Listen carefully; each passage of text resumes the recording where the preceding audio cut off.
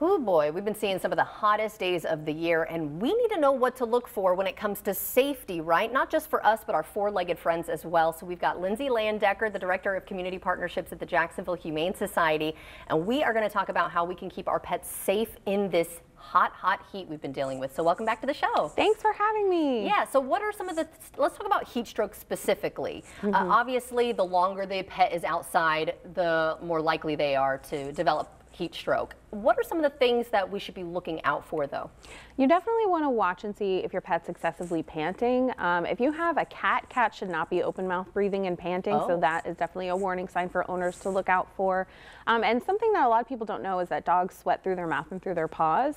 So if you see that your pet has not been, outside, but they're leaving damp paw prints, that is a sign that they are sweating, so something is going on. So that's definitely something you want to watch out for. And it's not necessarily just a touch test, right? Or, oh, they've got a warm nose, because sometimes that just happens. It doesn't necessarily mean it's heat stroke, right? Yeah, you definitely, if you're seeing your pet act abnormally, and if they've most likely are going to be having heat stroke because something has caused it. So if they've been out in the heat and they're acting abnormally, get them to a vet right away. And I hope this doesn't throw you off, but I just had a quick question. I mean, does the coat color matter? Would a darker dog get it faster potentially?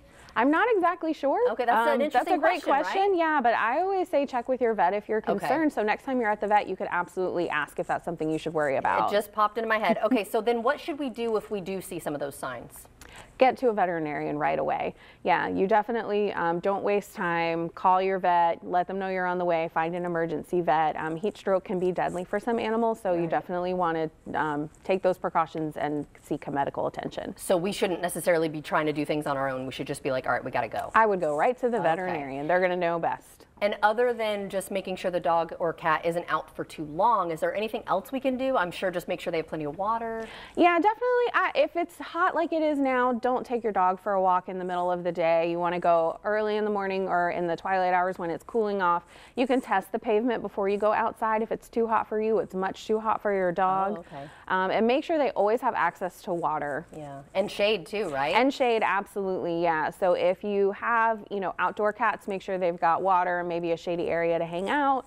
And if you're going to walk your dog, like I said, avoid those high noon, high temperature hours. Right. I mean, just like we try to avoid the sun or, take breaks and drink plenty of water, we got to think about our pets too. Absolutely. Is there anything else that we should know off the top of your head in terms of keeping our pets safe if they're outdoors during the heat? Yeah, definitely you want to make sure if they're going outside that they're on their heartworm prevention for dogs and flea and tick prevention for your cats. Those pests also love the heat, so you want to keep them safe. Heartworm is transmitted by mosquitoes, and we know that they love summertime and Florida, so definitely keep them on their medications. Okay, so if somebody wants to do an adoption through you guys, let's get that information out. I know you have a lot of events throughout the year, so how can people get in touch with you or even stop by? Yeah, you can come by and see us. We're located at 8464 Beach Boulevard, and you can hop on our website, jaxhumane.org. You can see all the dogs and cats available for adoption, and there are plenty of them. All right. Well, thank you so much again for helping us keep our pets safe. And if you'd like to see this segment again, just head to our website as well.